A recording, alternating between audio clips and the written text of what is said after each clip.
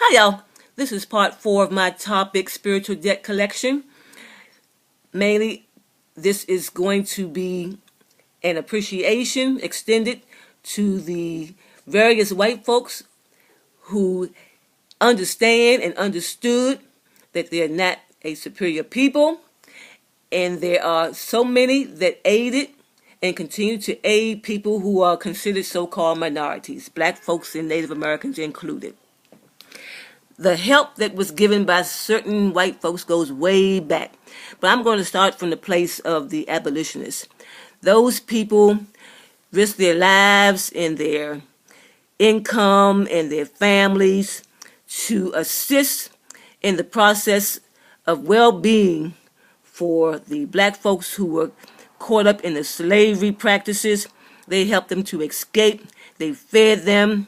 They let them stay in their homes at the risk of their own lives. So deep and sincere appreciation extends to them with lots of gratitude. And I also have appreciation for one particular incident in the civil rights movement where a white woman, her name is Grace, how fitting that her name is Grace Lorch. She was there when one of the Little Rock Nine in Arkansas got separated from the other 8 when they were in the process of integrating one of the schools in Little Rock. Grace Lorch, she stepped forward courageously with intense caring for Elizabeth Eckford. Grace stepped into the mob and rescued that young lady and escorted her home. As a result, Grace and her husband were targeted, so much so that they were forced to move to Canada because of the harassment and being ostracized for their just practices. And not only did it happen to Grace and her husband, but other white folks who got on board with the cause for the aid of other folks getting equality relative to voting and school integration and restaurant eating integration. They were ostracized, they were harassed with beatings and abuse and economic deprivations and other sorts of cruelty because they were on the side of decency and they were not going to be on board with those folks who were disgraceful and cruel in their actions. So I just want to indicate that I am deeply appreciative for those particular people and those who continue to realize that we are all about humanity and ideally one solution to so many of the things that are awry and amok on this planet. They're due to us not being in evolution status.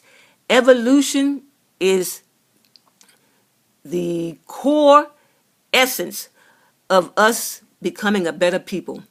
And of course, everybody's not going to align, but those who make choices to align with universal and natural laws can certainly look forward to full freedoms, spiritually in particular, and flourishing in your unique signature style journeys.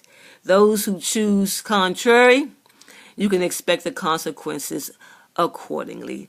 And the likelihood of them being plenty and pleasantness for you is not real high. But again, that's what you choose, and far be it from us evolutionary people to impede your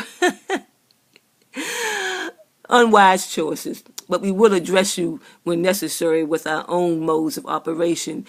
Do you wish to engage? Anyhow, what will be will be. It is what it is. It was what it was. And it shall be what it shall be going forward.